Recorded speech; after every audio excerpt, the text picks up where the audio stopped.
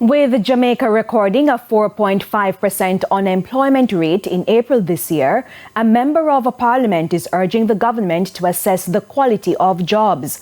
MP for North West Manchester, Michael Phillips, made the call recently at a job fair at Mile Gully High.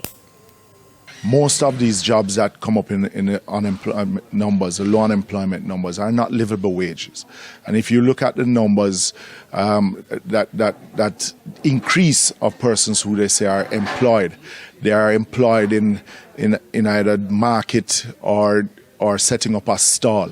So, you know, what it is that persons are at that breaking point and having to find something to do. Now, how it is that we get and train persons to be qualified so that they can get higher paying jobs is where we need to focus and not just celebrate just the low unemployment number, but also. Mr. Phillips adds that more people should receive training so they can be qualified for better paying jobs. He also made observations about students leaving high schools. Pathway. By my calculation and what I've seen at even my own high school here in Northwest Manchester, it is less than 10 to 15% of those who leave fifth form actually register in what's supposed to be a compulsory sixth form program.